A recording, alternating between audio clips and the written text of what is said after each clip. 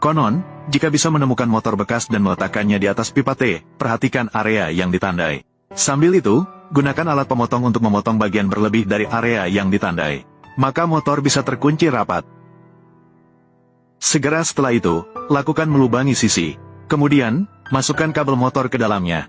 Setelah itu, tutup bagian atas dengan pipa lurus dan tutup. Di sisi lainnya, sambungkan dengan pipa lurus dan kemudian kunci sebuah pipa peredam. Tentu, ini belum selesai. Selanjutnya, perlu merakit dengan pipa lurus dan sambungan T miring dan menghubungkannya ke pipa peredam. T miring juga berbeda. Setelah menghubungkan kedua pipa lurus dengan baik, perlu juga menghubungkan secara terpisah dengan pipa bengkok. Setelah semua yang membingungkan ini, komponen inti baru dianggap selesai dibuat. Langkah selanjutnya adalah menyiapkan pipa lurus setingkat sambungan T. Kemudian lakukan perakitan dan penghubungan. Langkah ini meskipun terlihat rumit, namun sebenarnya sangat sederhana saat dipraktikkan.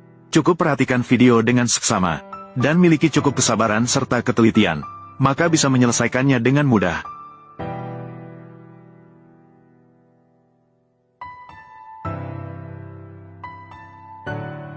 Setelah bagian pertama rangka pipa selesai, selanjutnya perlu menggunakan sisa sambungan T penyangga pipa. Lanjutkan dengan metode yang sama untuk membuatnya. Dengan begitu, dapat menghubungkan dan mengunci rangka dengan yang telah dibuat sebelumnya. Namun bagian bawah jadi jauh lebih sederhana. Cukup sambungkan dengan pipa lurus dan pipa T, maka bisa dikunci. Bukankah ini sangat sederhana? Jadi selanjutnya, kita perlu merakit dan mengunci perangkat yang sudah dibuat dengan motor. Kita sudah sampai di sini. Apakah semua orang bisa menebak apa yang dibuat oleh pria muda ini? Selain itu, beberapa pipa PVC juga harus digunakan. Dan panjangnya diukur dengan standar 40 cm. Siapkan sekitar 8 potong yang sudah dipotong. Setelah itu, kemudian, ambil 2 pipa PVC yang sudah dipotong. Hubungkan menggunakan siku sambungan, untuk membentuk kerangka persegi panjang. Sekarang kita bisa meletakkan 1 lembar papan plastik di atas kerangka yang sudah dibuat. Perlu diperhatikan bahwa, pada minggu ini harus dikunci dengan kuat.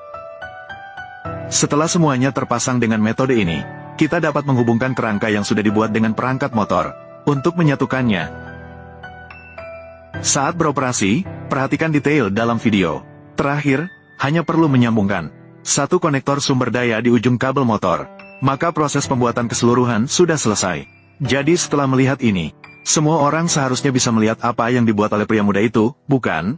Tepat sekali. Ini adalah perangkat pembangkit listrik yang menggunakan energi angin sebagai sumber daya. Bentuknya yang unik membuatnya berputar dengan cepat bahkan di bawah angin sepoi-sepoi. Daya yang dihasilkan juga sangat stabil. Jika digunakan bersamaan dengan inverter, kita bisa mendapatkan generator energi bersih yang dapat terus menghasilkan tegangan 220 volt untuk rumah.